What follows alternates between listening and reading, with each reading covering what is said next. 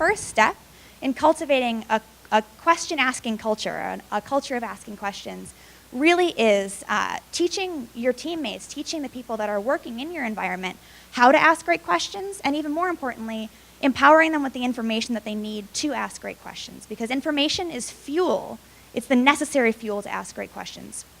So when we look at how can we actually talk to our team and build a very intentional and deliberate culture of communication and transparency, what I've come to believe in working through this process of trying to kind of revamp and reinvigorate the culture at Packback is that there really is no such thing as oversharing. And of course you have to have a team that you can trust, and that's going to be my next point actually. But once you have that team that you can trust and you have a team that you know that they're going to work through any problem, empowering them with the real information about the problems that your business is facing, that is actually the fuel that helps them be curious and ask great questions. And even more importantly than knowing the problems of your business, knowing collectively where we are all heading and what your purpose is as a company is the direction or the compass that helps guide those questions. And the second point, and what I believe is actually the most important point in this whole process, create an environment that is truly safe for asking questions. And what this boils down to is the fact that questions, great questions, are an outcome. They are an input for great innovation, but they're an outcome of an environment that is based in vulnerability and trust.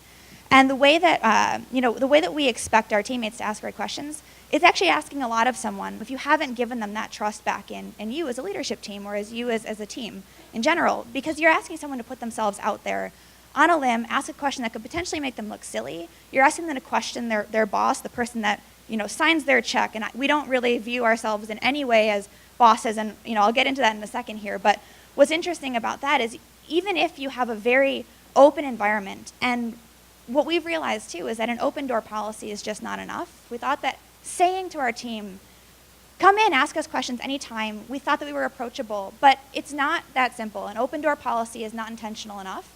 You've put too much of an emphasis on the teammates to be the ones to put themselves out there. So for us, what we've individually been trying to do as the co-founders of Packback is model the way for vulnerability. So we're very open with our team.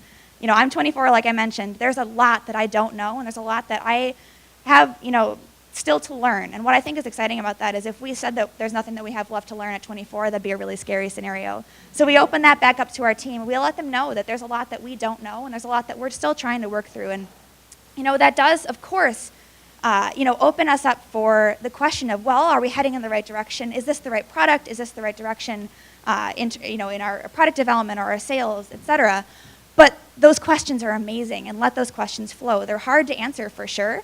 They were hard the first couple of weeks and the first couple of months that we tried this, but where we were a year ago compared to where we were today, and I'm not even talking about in the business or in our revenue or anything like that, I'm talking about purely in how have we redistributed the power structure in our company to not make the founders the people that make all the decisions, but empower our team members with frameworks and with structures that allow them to set our trajectory and set our path. So building that culture of vulnerability and trust really boils down to modeling the way and putting yourselves out there. And then finally, when we've been lucky enough to have a team member ask a question, challenge us on something, challenge us on a decision, challenge their own leadership team within the technical team or within the sales team or within the design team, when we've had that wonderful experience where they've questioned, is this the right direction or is there maybe a better way to do it? We're faced with a choice every single time that happens. We have two ways that we can respond to that. We can either ignore that question, shut it down, work to continue to maintain a facade of strength and decisiveness, or we can welcome it, we can embrace it, we can pause, we can take some more time to plan, and we can most importantly celebrate it. And that third point really is celebrating and regarding curiosity and question asking as highly as you regard short-term productivity or the right answer or the right solution, because really getting down to the root of what the problem is that you're trying to solve is what sets a company up for success.